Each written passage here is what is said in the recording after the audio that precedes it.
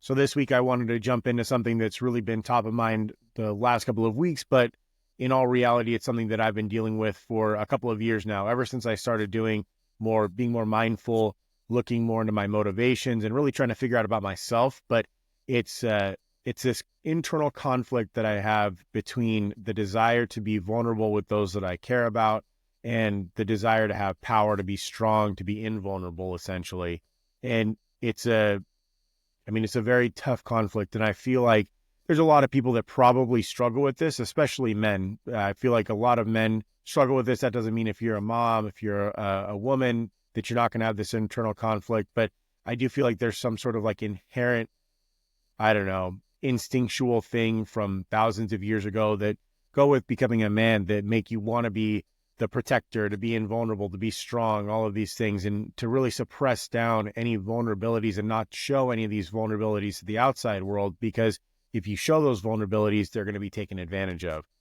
Now, a little bit of background on me.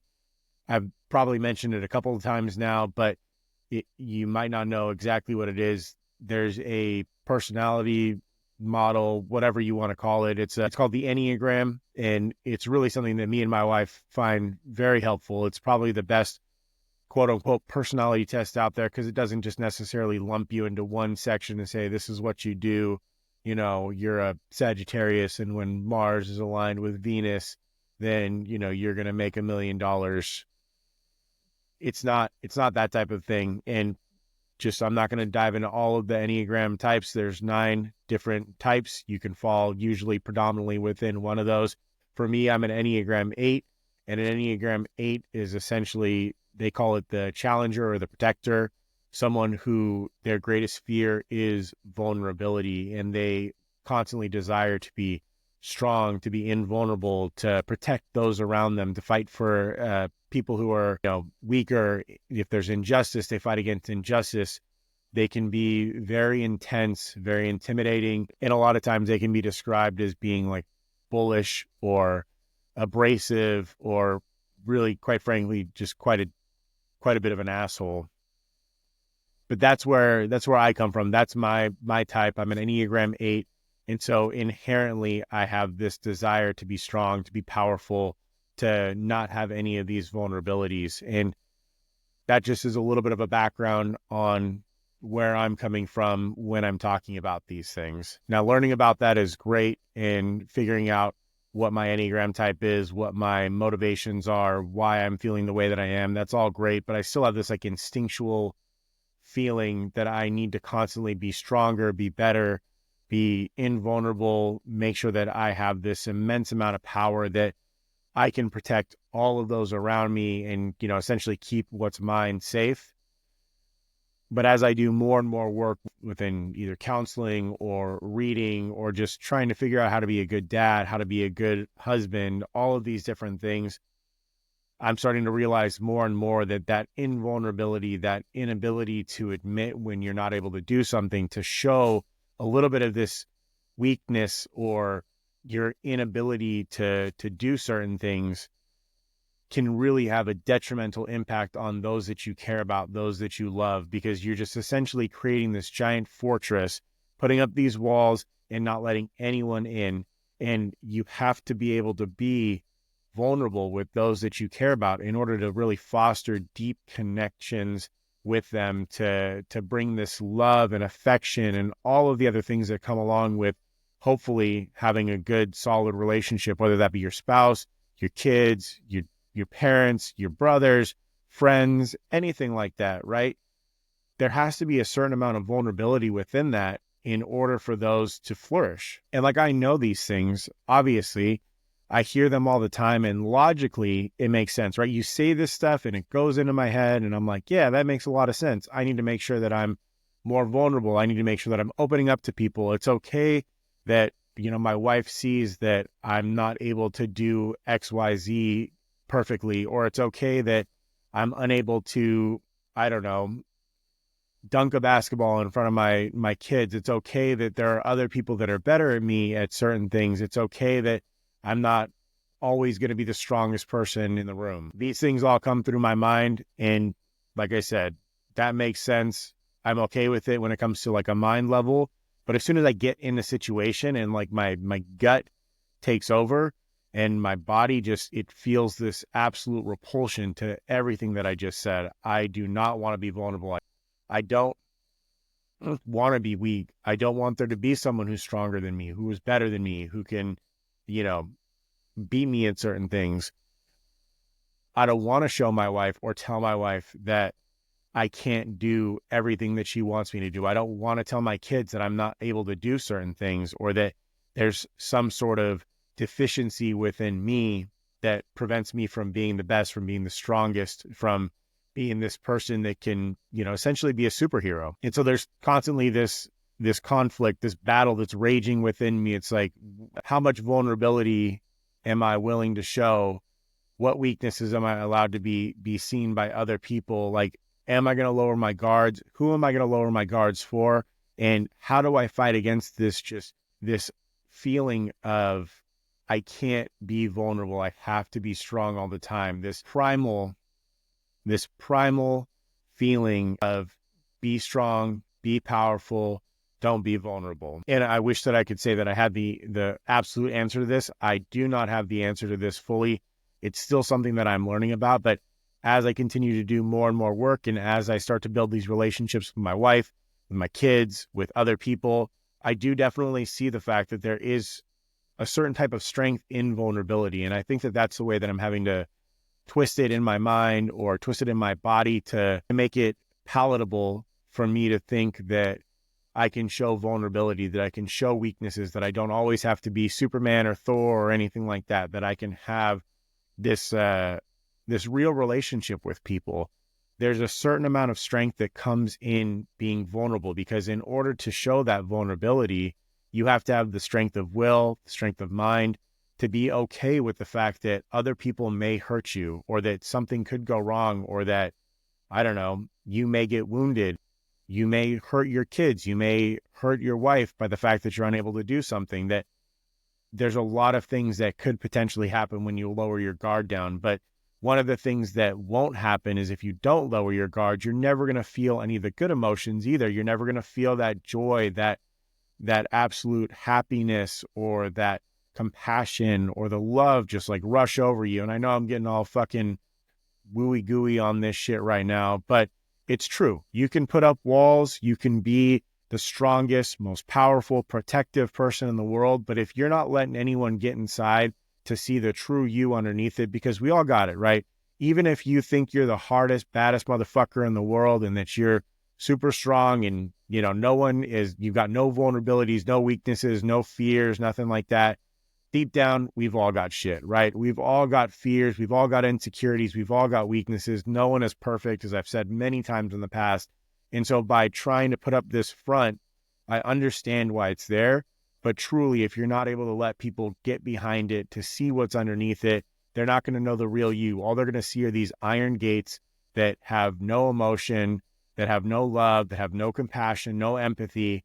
And that's not something that I want my kids personally or my wife to have to deal with all the time. And so, yeah, it takes strength in order to lower those gates down. It takes strength to know that the real you is okay, that the real you is going to be okay. If you let your family, if you let your friends in, that real you behind those iron gates, behind that invulnerability is going to be okay. Even if there is some sort of incident, even if someone hurts you behind that, right? You're going to be okay. You have the strength to continue to persevere on, and you have the strength to show them that you're not afraid to let people in, to see who you really are, to get behind this fortress that you've created. And it's difficult. It's very difficult to do that. I still struggle with it mightily.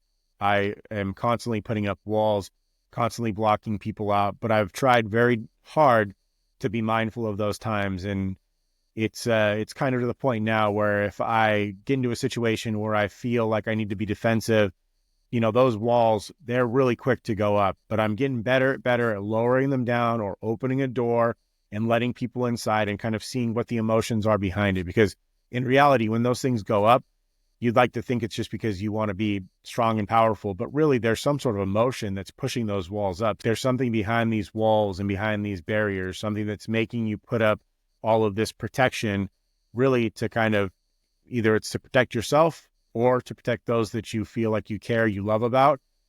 Either way, it is those emotions. It's that fear, that anger, that sadness. It's something that's pushing those walls up. So where am I going with all this stuff? I'm not 100% sure. I think it's more so just like a realization within myself that I do these things and that I struggle with trying to be vulnerable with my family, friends, and invulnerable with the world around me, right? I know that the world is a scary place. I know that we need to have certain walls put up around us and our families to keep, to essentially keep us as safe as possible. But by doing so, you can block out a lot of stuff, right? You may keep out the bad, but you're also going to keep out the good. So do the work. Learn more about yourself. Learn more about what makes you tick, right? I learned within the Enneagram what I'm afraid of, what I'm trying to do. And it really makes a lot of sense ever since I've done some of this work, some of this research, some of the reading, and also just some of the looking inside of myself and trying to make those connections. It's been very helpful. I think that my relationships have been improved quite a bit, and I can find myself falling into these different tendencies that I had and really making room for my kids, my wife, my friends, my family, and not just being this big, intimidating, imposing, aggressive, abrasive asshole that I can definitely be sometimes. Now, disclaimer on a lot of this stuff that I just said is that I also don't want people to go too far in the wrong direction, right? Like I say quite a bit with society, culture, we tend to go from one extreme to the other. We tend to go from, and I'm using the example of dads here because I'm a dad, but it can be moms, it can be sisters, it could be daughters, it could be brothers, whatever. It doesn't really matter what you are. For me, I'm a dad. I'm in a certain role. That's where I'm at in my life. So I'm using that as an example, but it doesn't necessarily have to be the dad. But I can definitely see people going in a completely different direction where they're just like vulnerability all the time.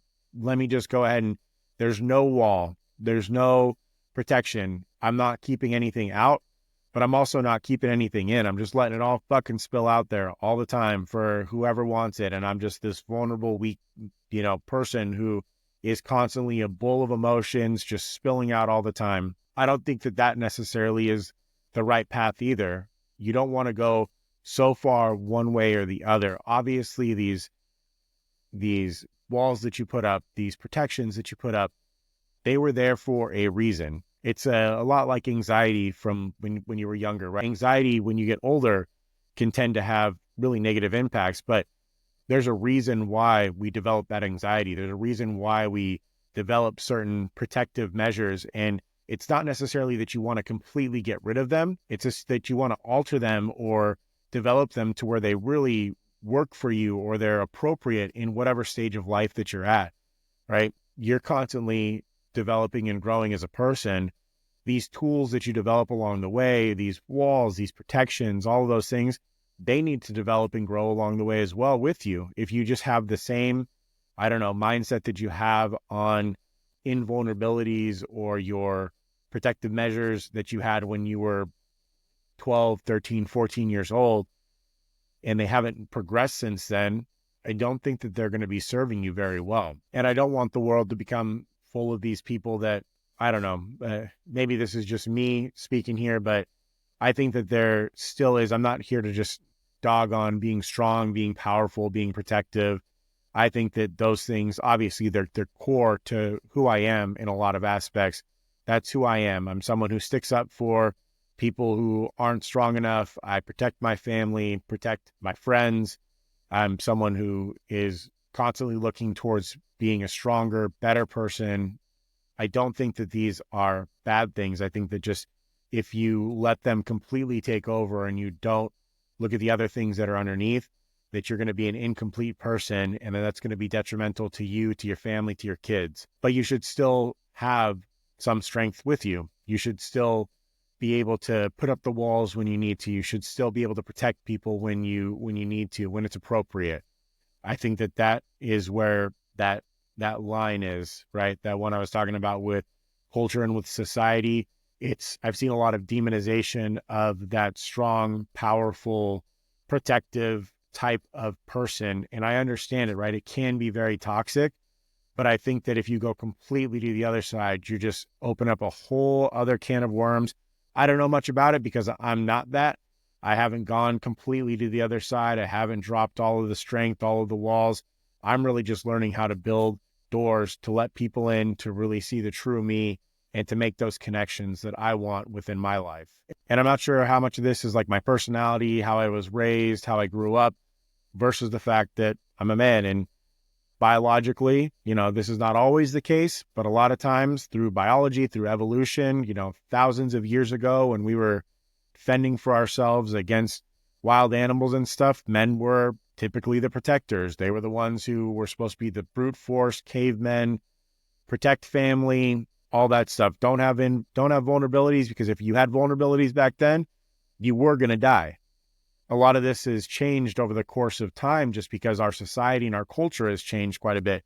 We're not constantly in fear of, sure, a lot of us are probably in constant fear of dying, but it's not like, hey, I show a little vulnerability and a saber-toothed tiger is going to fucking come and eat me, right?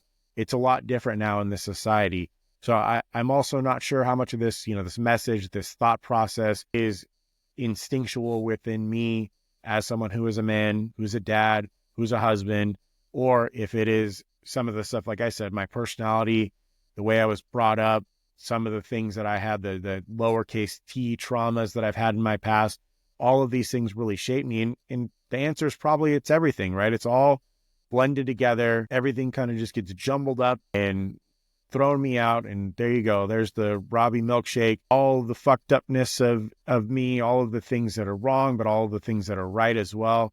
It's all just kind of jumbled up in there, spitting out. And for me, the reason I focus on this stuff, the reason I talk about this stuff is because I think it's important to have these conversations. I think it's important to dive deep into why we do the things that we do, to learn more about who we are, what we are, why we do the things that we do, because we're not going to be able to make those deep connections with other people if we can't even deeply connect with ourselves. And it's not like in a narcissistic way. It's not like I'm just this awesome, cool dude, even though, like I said, I'm sitting here talking to myself into a camera to the tens and tens of fans out there. But it's not in a narcissistic way. You really need to learn more about yourself in order to connect deeply with other people. Because if you don't know your own triggers, if you don't know your own trauma points, if you don't know why you do the things that you do, or even if you're doing them, you might not even know that you're doing this shit. You might be completely blind, just going along. That was me for a long time. I don't know the fuck I was doing. I was just kind of bopping along, doing whatever felt good, doing whatever was instinctual, until I started having issues with communication with my wife, or I saw that I was getting really angry and scared my kids. Like, these are the things that showed me that I really need to focus on why I'm doing the things I do, because if I don't know those things, then it's going to have a really detrimental impact on those around me and the people that I want to be close to, the people that I want to feel connection with, and the people that I love the most. And I guess I'll just wrap up by saying that it's okay to struggle with this stuff, right? I always talk about trying to get better, moving forward, being a better person, and all of that stuff. But it is okay to struggle with these things. I struggle mightily. I still put up walls constantly. I still have communication issues with my wife, with my kids, with my friends. I struggle with this internal conflict on a daily basis, and that's okay. It's okay to struggle with these things. It's okay to not necessarily be perfect. It's okay to have this ideal that you're working towards and never truly get there. As long as you're continually working towards that ideal, as long as you're continually trying and working at it, right? That's whenever I hear that a husband and wife are having issues, my biggest red flag or my biggest concern is like, hey, did one of them give up? Is one of them not trying anymore? Because that's when it's over, right? If you're not trying anymore, if you're not putting the effort in anymore, that means it's essentially over. That means it's done. It's not salvageable at that point because that effort isn't there. There's not going to be any change. You're just going to be stuck in the same way, and it breeds resentment. So I just want to make sure that I'm saying it's okay to struggle. It's okay not to be at the perfect spot yet. It's okay if these are issues for you, but just an encouragement to continue trying little by little, whatever you can do, learn more about yourself, think about these things, come listen to this podcast. Like I said, eventually I'd like to have open conversations with people. If you're interested in popping on the podcast, or if you just want to have a conversation outside of it, have these conversations, talk to people about it, figure out what's going on. All of that stuff is okay. It's all right. Struggle, work hard, learn more about yourself, and everything's going to be all right. It's uncomfortable. It's not going to be the most fun thing in the world, but growth really comes from when you push yourself out of your comfort zone. So if these are all things that you're just like, man, I do not want to look within. I'm afraid of what I'm going to see. I don't want to jump into my own head. It's fucking chaotic in there. Believe me, right here. I'm right there with you. I was right there. I'm still right there with you. My mind, as you can tell by listening to these podcasts, is a jumbled mess of just absolute chaotic, crazy energy. I've got so many different thoughts that go in so many different directions, and I get it. Sometimes we're not going to like what we're going to see when we look within ourselves, and that's a lot of times why we don't do it. We're afraid of what we're going to see. We're afraid of what's there, and we're afraid that we can't change. I'm right there with you. I've been there, still there. You can look at it within. You can make small changes. It's not going to all happen at once, and I don't want you to change completely who you are, but I just want you to start continuing to learn, to grow, and to move forward, because I want for you what I want for myself. A great relationship with the people that I love, with my kids, with my wife, my parents, friends, family, all of that. That's what I want for everyone. And you really aren't going to get there unless you take a good look within and start to decide what changes you need to make, where you need to kind of open up, create doors, create walkways, so that way you can start to build these bridges of connection. And that's going to be my message for this week. Definitely all over the place, like normal, right? Neurodivergent, ADHD brain, just endless stream of consciousness here. But hopefully you were able to get something out of this message, and hopefully I made sense. I don't know if I did. I could have just been rambling for the last 22 minutes, but I really hope that you found something in it. And like I said, if you are interested in having a conversation on this, if you're someone who struggles with this at all, definitely send me a DM. Either through Instagram or like the website page, or obviously there's the email address as well. But I'm more than happy to have, small conversation with someone. And if you're interested in jumping on the podcast and talking about it, definitely send me a message. But that'll probably wrap it up for today.